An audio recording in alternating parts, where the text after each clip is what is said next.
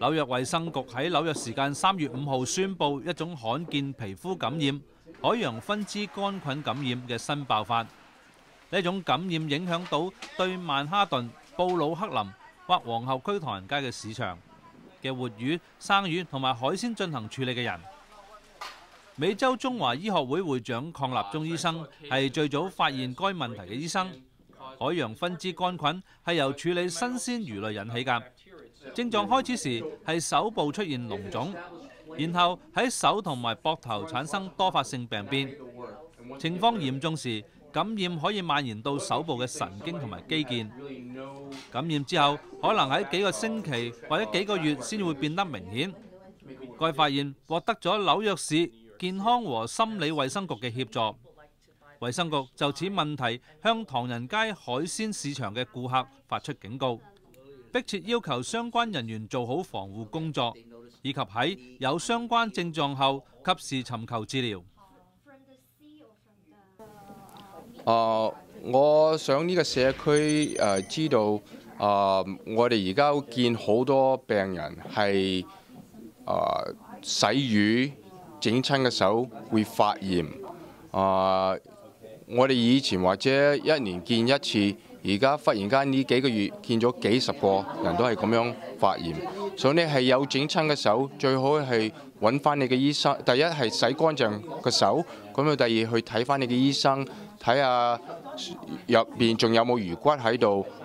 同埋睇下需唔需要食翻啲消炎藥。Could you tell us how to prevent this infection? Well, the best thing that people could do is to wear waterproof gloves whenever they're handling live fish or raw fish or even seafood that was purchased in a food market. That will prevent the bacteria that causes this infection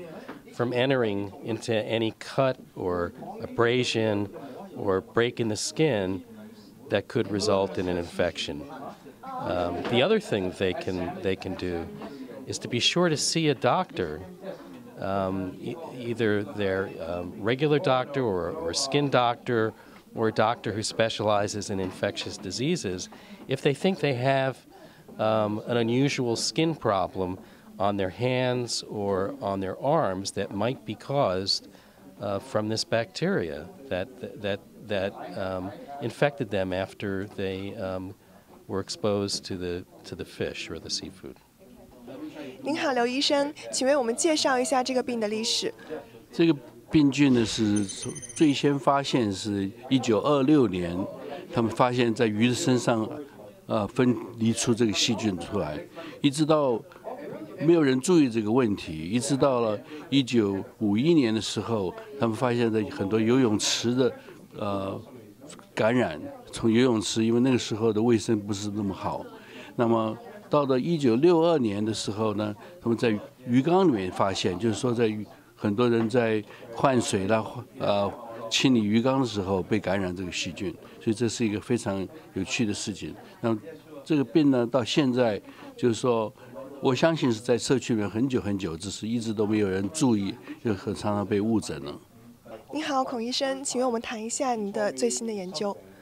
你好，最近我得到好多病人有海洋分支桿菌，咁今日就係想講下我嘅經歷。其實海洋分支桿菌咧，已經喺有已經150種魚咧都試過嘗試揾過，但係最近呢，就好多廚師同埋家庭主婦咧都感染到呢個病菌，所以我就係想忠告大家市民，如果去買魚、揀魚或者處理魚同埋海鮮咧，要戴手套，唔好就徒手咁樣處理啲新洋海物。我想強調，如果有咩市民咧隻手有發炎嘅症狀咧，快啲去睇醫生咯。嗱，就大家咧就要注重啲、小心啲嚟處理啲魚啦，戴手套啦。除咗戴手套之外咧，就唔使驚㗎，因為咧呢個唔會係人傳人，一個人有咗唔會傳染第二個人。咁另外咧，如果係話食嗰啲魚會唔會話有染上呢個菌呢？絕對係唔會嘅。就食方面呢係完全冇問題。